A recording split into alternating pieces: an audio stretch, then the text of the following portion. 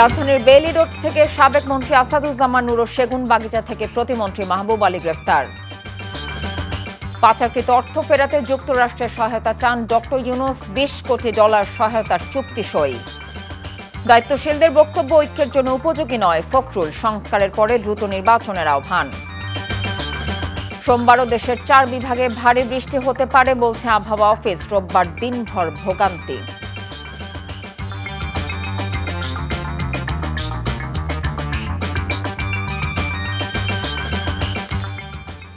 আসসালামু আলাইকুম, কথা নাহিয়ান স্বাগত জানাচ্ছেন টিভির মধ্যরাতের খবরে। ক্রাউন সিমেন্ট শিরোনাম দেখছিলেন, এবার নিয়ে যাব পুরো খবরে। সাবেক সংস্কৃতি বিষয়ক মন্ত্রী আসাদুজ্জামান নূর ও সাবেক বিমান প্রতিমন্ত্রী মাহবুব আলীকে আলাদা 2টি মামলায় গ্রেফতার করেছে গোয়েন্দা পুলিশ। রোববার রাতে বেইলি রোডের নওরতন কলোনি থেকে আসাদুজ্জামান নূরকে গ্রেফতার করা হয়। তিনি মিরপুর থানার একটি মামলায় এজাহারের নামীয় আসামি। একই রাতে রাজধানীর সেগুনবাগিচা থেকে গ্রেফতার করা হয় সাবেক বিমান প্রতিমন্ত্রী মাহবুব আলীকেও। যাত্রাবাড়ী থানায় দায়ের করা মামলায় গ্রেফতার দেখানো হয় তাকে। দুজনের গ্রেফতারের বিষয়টি নিশ্চিত করে ঢাকা মহানগর পুলিশের অতিরিক্ত কমিশনার ডিবি রেজাউল করিম মল্লিক। মাহবুব আলী হবিগঞ্জ 4 আসনে আওয়ামী লীগের টিকিটে 2014 সাল থেকে টানা দুবারের সংসদ সদস্য ছিলেন।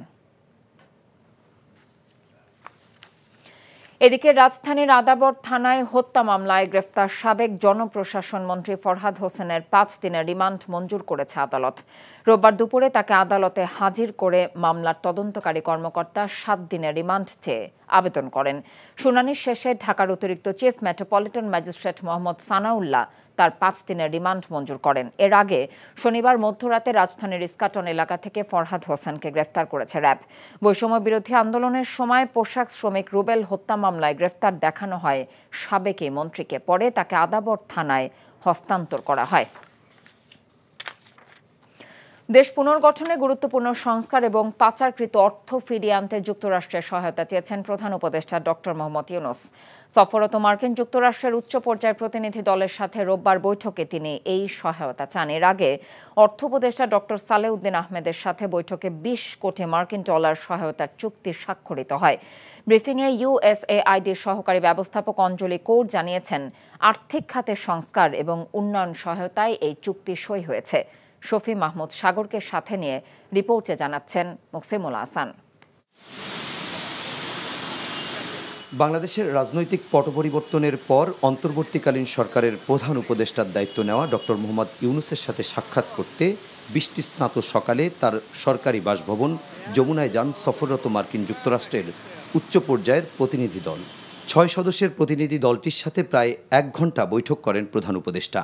আলোচনায় দেশ পুনর্গঠনে গুরুত্বপূর্ণ সংস্কার, সেই সাথে আগের স্বৈরাচারী শাসনের সাথে জড়িত দুর্নীতিবাজদের পাচারকৃত অর্থ ফিরিয়ে আনতে যুক্তরাষ্ট্রের সহায়তা চান প্রধান উপদেষ্টা।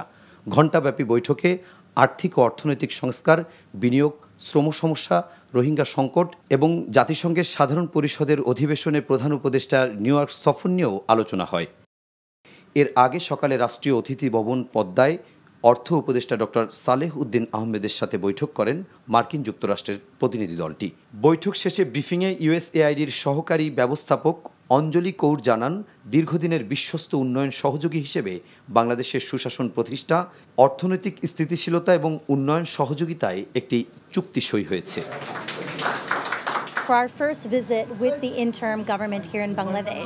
অন্তর্বর্তীকালীন সরকারের সাথে এটি আমাদের প্রথম সফর। $200 মিলিয়ন নতুন উন্নয়ন চুক্তি সই হয়েছে অন্তর্বর্তীকালীন সরকারের সাথে। অর্থনৈতিক স্থিতিশীলতা, স্বাস্থ্য খাতের উন্নয়ন, বেকার যুবকদের কর্মসংস্থানের সুযোগ সৃষ্টিতে চুক্তিটি সই হয়েছে।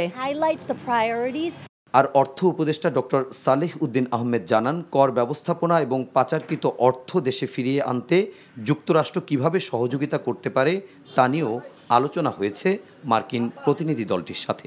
আর্থিক সংস্কার এবং আর্থিক খাতে যেগুলি সহযোগিতা এগুলি দরকার সেটা, আর দ্বিতীয়ত বাণিজ্যে আমরা এক্সপোর্ট ডাইভার্সিফিকেশন এবং এক্সপোর্ট বা আমাদের বাণিজ্যের ব্যাপারে অন্যান্য কারিগরি সহায়তা বা বাজার এক্সপ্লোর করার এই সমস্ত আলোচনা হয়েছে। ওরা বলেছে আমরা ডেফিনিট কর্ম পরিকল্পনা নিয়ে আমরা এগুবো, এগুলো তারা এবার সহযোগিতা করার আশ্বাস দিয়েছে। এইগুলো সব আলাপ হয়েছে। পরে একই স্থানে পররাষ্ট্র উপদেষ্টা তৌহিদ হোসেনের সাথে বৈঠক করেন মার্কিন প্রতিনিধি দলটি।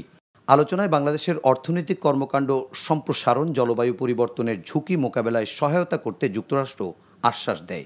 প্রথম যে আশ্বাস সেটি হচ্ছে যে অন্তর্বর্তীকালীন সরকারের সাথে তারা একযোগে কাজ করতে চান। দ্বিতীয়ত, আমরা আর্থিক সংস্কারের যে সমস্ত সেক্টরকে আইডেন্টিফাই করেছি এই সবগুলো সেক্টরেই তারা সার্বিকভাবে সহযোগিতার আশ্বাস দিয়েছে। পাচার, অর্থ পাচার সহ অন্যান্য যে সমস্ত বিষয়, সেই বিষয়গুলির প্রাথমিক কথাবার্তা হয়েছে এবং এ বিষয়ে যুক্তরাষ্ট্র যে এক্সপার্টিস আছে সেটা হয়তো আমরা ব্যবহার করব। বৈঠকে দ্বিপাক্ষিক বাণিজ্য বিনিয়োগ বৃদ্ধি, শ্রম পরিবেশ ও মানবাধিকার সুরক্ষায় যুক্তরাষ্ট্র সহায়তার প্রতিশ্রুতি দেয়। Muksimul Ahsan, NTV news, Dhaka. প্রধান উপদেষ্টা অধ্যাপক মোহাম্মদ ইউনূসের সঙ্গে সাক্ষাৎ করেছেন এশিয়া উন্নয়ন ব্যাংকের দক্ষিণ এশিয়া মহাপরিচালক তাওকো কনিশের নেতৃত্বে একটি সিনিয়র প্রতিনিধি দল।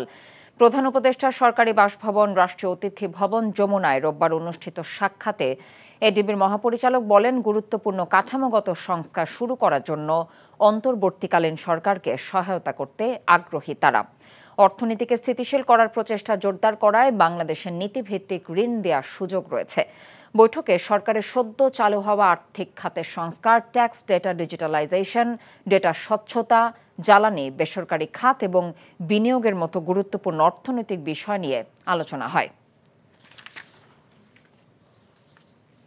জুলাই গণঅভ্যুত্থানে বিএনপির 422 জন দলীয় নেতাকর্মী শহীদ হয়েছে উল্লেখ করে বিএনপি মহাসচিব মির্জা ফখরুল ইসলাম আলমগীর বলেছেন, এই বিপ্লবে বিএনপির অবদানকে খাটো করে দেখার চেষ্টা হচ্ছে। বলেন, এখনও ঐক্যবদ্ধভাবে গণতন্ত্র প্রতিষ্ঠার সংগ্রাম চালিয়ে যেতে হবে। নির্বাচন কেন্দ্রিক সংস্কারের সর্বোচ্চ গুরুত্ব দিয়ে নির্বাচন দেওয়া উচিত বলেও মন্তব্য করেন তিনি। রোববার সকালে রাজধানীর গুলশানে বিএনপি চেয়ারপারসনের কার্যালয়ে সংবাদ সম্মেলনে এসব কথা বলেন তিনি। রিপোর্ট করছেন নূর হোসেন। আন্তর্জাতিক গণতন্ত্র দিবস উপলক্ষে দলের স্থায়ী কমিটির সদস্যদের নিয়ে সংবাদ সম্মেলনে বিএনপি মহাসচিব মির্জা ফখরুল ইসলাম আলমগীর গণতন্ত্র প্রতিষ্ঠার আন্দোলনে বিএনপি নেতাকর্মীদের দীর্ঘ ত্যাগের কথা তুলে ধরেন। জানান, সবশেষ ফ্যাসিস্ট হাসিনা পতনের জুলাই বিপ্লবের 8 শতাধিক শহীদের অর্ধেকের বেশি বিএনপির রাজনীতির সঙ্গে জড়িত ছিলেন। গণতন্ত্র পুনরুদ্ধার করেছে বাংলাদেশ জাতীয় দল বিএনপি। বাকশালের পর বহুদলীয় গণতন্ত্র স্বৈর শাসনের পর সংসদীয় গণতন্ত্র প্রতিষ্ঠার মাধ্যমে দেশের মানুষের অধিকার ও মর্যাদা ফিরিয়ে দিয়েছিলেন শহীদ প্রেসিডেন্ট জিয়াউর রহমান। এরপরও বিএনপির অবদানকে ছোট করে দেখার চক্রান্ত হচ্ছে বলে অভিযোগ করেন বিএনপি মহাসচিব। বলেন, দায়িত্বশীল জায়গা থেকে ঐক্য বিনষ্টের চেষ্টা হচ্ছে। অনেক সময় দেখা যায় যে অত্যন্ত দায়িত্বশীল রাজনৈতিক দলেরা তারা এমন এমন কথা বলছেন যেটা আপনার সামগ্রিক ঐক্যের জন্য খুব একটা আপনার উপযোগী নয়। এটা একটা সমস্যা। দ্বিতীয়টা সমস্যা হচ্ছে, আপনারা দেখছেন যে আমরা জানি যে এই প্রশাসন এখন পর্যন্ত ফ্যাসিবাদ মুক্ত হতে পারেনি এবং এটা ফ্যাসিবাদ মুক্ত হতে না পারার অন্যতম প্রধান কারণ হচ্ছে এত ডিপ রুটেড চলে গিয়েছিল আপনার এদের ফ্যাসিবাদ। অন্তর্বর্তীকালীন সরকার চাইলেও সব সংস্কার সম্পন্ন করতে পারবে না জানিয়ে ফখরুল বলেন, নির্বাচন কেন্দ্রিক সংস্কারে সবচেয়ে বেশি গুরুত্ব দিতে হবে সরকারকে। যে ইন্টারিম গভর্নমেন্টকে দায়িত্ব দেওয়া হয়েছে তারা যেন কাজ করতে পারে, তাদেরকে সঠিক কাজ করতে দিয়ে অতি দ্রুত যে সংস্কারের কাজে তারা হাত দিয়েছেন, আমরা মনে করি এই কাজগুলো দরকার। এই কাজগুলোকে খুব দ্রুত শেষ করে একটা নির্বাচনের দিকে যাওয়া, যে নির্বাচনটা একটা নিরপেক্ষ সরকারের অধীনে নির্বাচন হবে এবং আপনার একটা অবাধ সুষ্ঠু জনগণ ভোট দিয়ে তাদের প্রতিনিধি নির্বাচন করবে, তারপরেই আপনার বাকি কাজগুলো করা সম্ভব। ধৈর্য ধরে ডক্টর ইউনূসের সরকারকে বিএনপি প্রয়োজনীয় সব সহায়তা দেবে বলেও আশ্বাস দেন বিএনপি মহাসচিব। নূর হোসেন, এনটিভি নিউজ, ঢাকা। সোমবারও দেশের 4 বিভাগ ঢাকা, রাজশাহী, খুলনা ও বরিশালে ভারী বর্ষণ হতে পারে বলে জানিয়েছে আবহাওয়া অধিদপ্তর। রোববার সারাদিনে ঢাকাসহ দেশের বিভিন্ন স্থানে বৃষ্টিতে বিপর্যস্ত জনজীবন। রাজধানীর বিভিন্ন এলাকায় জমেছে বৃষ্টির পানি। গভীর নিম্নচাপের কারণে বৃষ্টি এই বলে ব্যাখ্যা দিয়েছে আবহাওয়া দপ্তর। নদী বন্দরগুলোকে 3 নম্বর স্থানীয় বিপদ সংকেত দেখিয়ে যেতে বলা হয়েছে। আবির আহমেদের রিপোর্ট। রোববার দিনভর রাজধানী জুড়ে ছিল বৃষ্টির দাপট। বেশিরভাগ এলাকায় থেমে থেমে হয়েছে বৃষ্টি। এতে বিপাকে পড়ছেন নগরবাসী। সাপ্তাহিক প্রথম কর্মদিবস হবার কারণে যানবাহন স্বল্পতায় ভোগান্তি আরও বেড়েছে। বিশেষ করে দিনমজুর ও নিম্ন আয়ের মানুষ বৃষ্টিতে বিপাকে পড়েছেন সবচেয়ে বেশি। বৃষ্টির কারণে কামকাজ নেই, সমস্যা, চলাফেরা চলতে খুব কষ্ট, খাওয়া খাই দিতে পারি না। বৃষ্টি হচ্ছে তাতে আমাদের অবশ্যই সমস্যা হচ্ছে, আমার চলাফেরার সমস্যা হচ্ছে। রিক্সাওয়ালারা ধরেন 50 টাকার ভাড়া 70, 80 এরকম, তারপরে সব দিক দিয়েই তো ভোগান্তি হচ্ছে।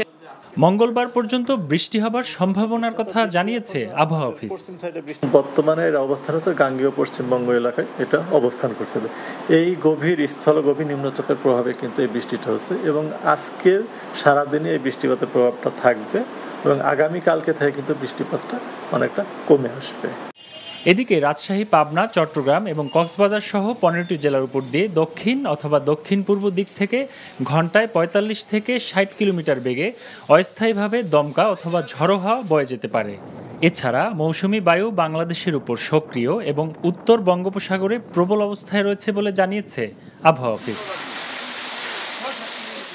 বৃষ্টি অব্যাহত থাকায় মাদারীপুর, শরীয়তপুর সহ বিভিন্ন জেলায় জনজীবন বিপর্যস্ত হয়ে পড়েছে। মোংলায় অতিবৃষ্টিতে জলাবদ্ধতা সৃষ্টি হয়েছে, তলিয়ে গেছে রাস্তাঘাট ও চিংড়ির ঘের। খুলনা-যশোর মহাসড়কে গাছ পড়ে যানবাহন চলাচল ব্যাহত। এদিকে চট্টগ্রামে টানা বৃষ্টিতে বায়েজিদ লিং রোড পাহাড় ধসের ঘটনায় এখনও সড়কটির যোগাযোগ স্বাভাবিক হয়নি। Abir Ahmed, NTV news, Dhaka. Budget সহায়তার অংশ হিসেবে চলতি বছরের ডিসেম্বরের মধ্যে এশীয় উন্নয়ন ব্যাংক এডিবি থেকে $400 মিলিয়ন পাওয়া যাবে বলে জানিয়েছেন অর্থ উপদেষ্টা সালেউদ্দিন আহমেদ। রোববার দুপুরে সচিবালয়ে তার সাথে এডিবির সিনিয়র অ্যাডভাইজার এডিমন গিন্টিংয়ের নেতৃত্বে একটি প্রতিনিধি দলের বৈঠক শেষে একথা বলেন তিনি।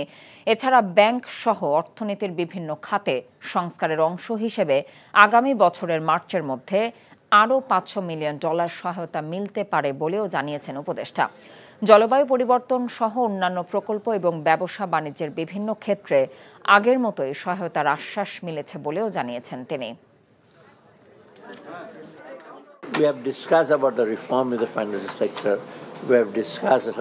বিশ্বব্যাংকের পরই এশীয় উন্নয়ন ব্যাংক বাংলাদেশের দ্বিতীয় বৃহত্তম আর্থিক সহায়তাকারী সংস্থা। ডিসেম্বরের মধ্যে বাজেট সহায়তা হিসেবে $400 মিলিয়ন দিবে এডিবি। আর্থিক ও রাজস্ব খাতের সংস্কারেও সহায়তার আশ্বাস মিলেছে। জলবায়ু পরিবর্তন সহ অন্যান্য খাতেও সহায়তা করবে সংস্থাটি। এছাড়া স্বল্প, মধ্য ও দীর্ঘমেয়াদী প্রকল্পে আগের মতোই সহায়তা অব্যাহত থাকবে এডিবির পক্ষ থেকে।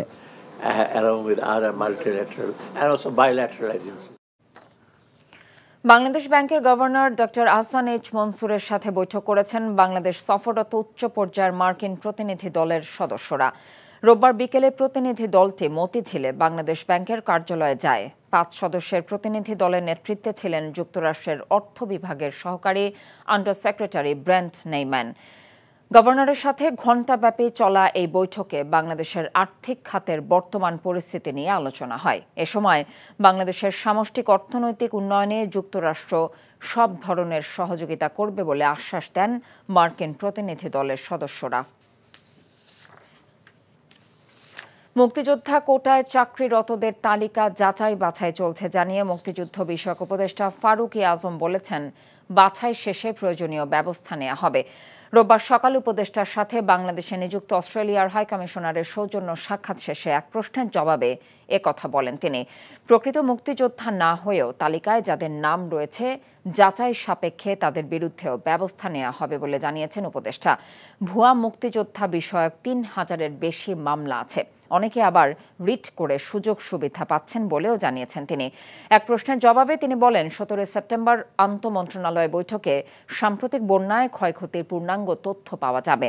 আর ব্র্যাক ও অক্সফামের মাধ্যমে অস্ট্রেলিয়ার পক্ষ থেকে বন্যার্তদের সহায়তা করা হচ্ছে। ভবিষ্যতে আরও সহায়তার আশ্বাস মিলেছে বলেও জানিয়েছেন ফারুক আজম। মুক্তিযোদ্ধা সন্তানের কোটায় সরকারি এবং আধা সরকারি প্রতিষ্ঠানে কতজনের চাকরি হয়েছে তার একটি তালিকা প্রস্তুত করা হচ্ছে। এখানে যাদের চাকরি হয়েছে তারা প্রকৃত মুক্তিযোদ্ধার সন্তান কিনা আর ন্যায্যভাবে হয়েছে কিনা বিষয়টি আপনাদের কাছে উপস্থাপন করব। বহুবিধ আইন ওইখানে করা মামলা আছে, মোকদ্দমা আছে, প্রায় 3700-র মতো মামলা পেন্ডিং আছে যেখানে রিট করা আছে। এই মামলাগুলোকেও এখানে অ্যাড্রেস করা হবে। আবারও তুমি কে আমি কে রাজাকার রাজাকার এই স্লোগানে উত্তাল ঢাকা বিশ্ববিদ্যালয় ক্যাম্পাস। 2 মাস পূর্তির এই দিনে কয়েকজন সমন্বয়ক স্লোগানটিকে বিকৃত করে অন্য একটি স্লোগান প্রচারের চেষ্টা করে। এর প্রতিবাদে রোববার রাতে শিক্ষার্থীদের মিছিলটি হলপাড়া থেকে বের হয়ে সূর্য সেন হল, মোহসিন হল, ভিসি চত্বর হয়ে ক্যাম্পাসের বিভিন্ন সড়ক প্রদক্ষিণ করে। মিছিলটি রাজু ভাস্কর্যে গিয়ে সংক্ষিপ্ত সমাবেশের মধ্যে শেষ হয়। বক্তারা বলেন, এই স্লোগানের মাধ্যমেই ছাত্র জনতা ঐক্যবদ্ধ হয়েছিল স্বৈরাচার পতনে। কেউ বিকৃত করার চেষ্টা করলে শক্ত পদক্ষেপ গড়ে তোলা হবে। গত 14 জুলাই রাতে স্বৈরাচার শেখ হাসিনার এক মন্তব্যের জেরে শিক্ষার্থীরা এই স্লোগান নিয়ে রাস্তায় নামে। ইতিহাস বিকৃতির মহোৎসব শুরু করেছে একদল অপতৎপরতাকারী। তারা সহস্রাধিক শহীদের রক্তের উপর প্রতিষ্ঠিত গণ-অভ্যুত্থানের স্মৃতির চিহ্নকে মুছে দিতে চায়। মুক্ত আবু সাঈদের সহযোদ্ধারা এই চক্রান্ত বাস্তবায়ন হতে দিবে ইতিহাস থেকে শিক্ষা নিন, নতুবা আপনাদের পরিণতি হাসিনা থেকে ভয়ঙ্কর হবে। আমরা সবাই ইতিহাসকে সংরক্ষণ করব।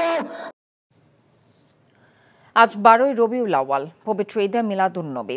570 খ্রিস্টাব্দের এই দিনে মানব জাতির জন্য রহমত হিসেবে প্রেরিত মহানবী হযরত মুহাম্মদ সাল্লাল্লাহু আলাইহি ওয়াসাল্লাম আরবের মক্কা নগরীর সম্ভ্রান্ত কুরাইশ বংশে জন্মগ্রহণ করেছিলেন।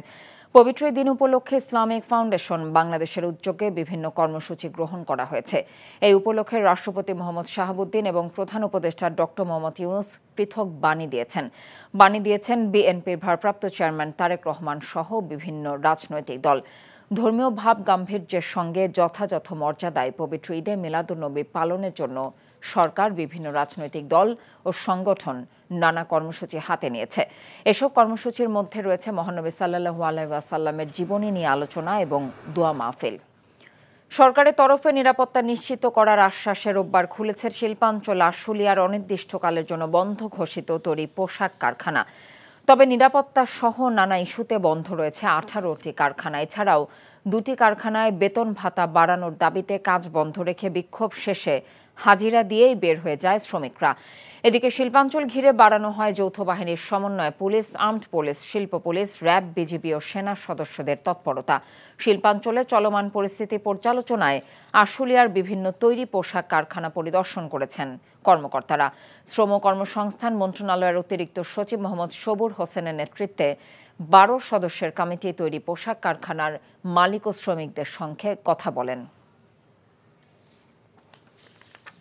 বৈষম্য বিরোধী ছাত্র আন্দোলনের অন্যতম সমন্বয়ক সার্জিস আলম বলেছেন, 2 মাস যেতে না যেতে এই স্বাধীনতা রক্ষার চিন্তা বাদ দিয়ে ব্যক্তিগত রাজনৈতিক উদ্দেশ্য নিয়ে আন্দোলনকারীরা এতটাই বিভক্ত যে এখন অনেকেই নিজেরা নিজেদের মুখোমুখি। রোববার বিকেলে মানিকগঞ্জে এক অনুষ্ঠানে তিনি কথা বলেন। 2 মাস যেতে না যেতেই আমরা এখন নতুন একটি চিন্তায় নিজেদেরকে আবিষ্কার করছি। সেটি হচ্ছে, আমরা এই স্বাধীনতা রক্ষার চিন্তা বাদ দিয়ে আমরা আমাদের ব্যক্তিগত রাজনৈতিক উদ্দেশ্য এবং আদর্শ নিয়ে এতটাই বিভক্ত হয়ে গিয়েছি যে আমরা এখন নিজেরা নিজেদের মুখোমুখি দাঁড়িয়ে গিয়েছি। আপনি দেখতে পাবেন, আমার একজন ভাই শহীদ হয়েছে, হয়তো তার জন্য একটি মামলা করা হচ্ছে, কিন্তু এই মামলায় এখন একটা টাকার ব্যবসা শুরু হয়েছে। ওই মামলায় অনেক নির্দোষ মানুষেরও নাম দেওয়া হচ্ছে এবং টাকা নিয়ে ওই নামগুলো কাটা হচ্ছে। সেটি যেই করুক না কেন, যেই দলেরই অনুসারী হোক না কেন, আমাদের অবশ্যই আমাদের জায়গা থেকে এটি প্রতিবাদ করতে হবে।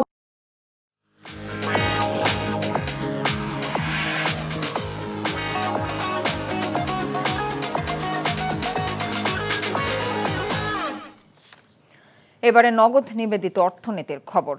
আদানি সহ ভারতীয় কোম্পানিগুলোর সাথে চুক্তি খতিয়ে দেখবে বাংলাদেশ, এমন উদ্যোগ ছড়িয়েছে ভারতীয় গণমাধ্যমে।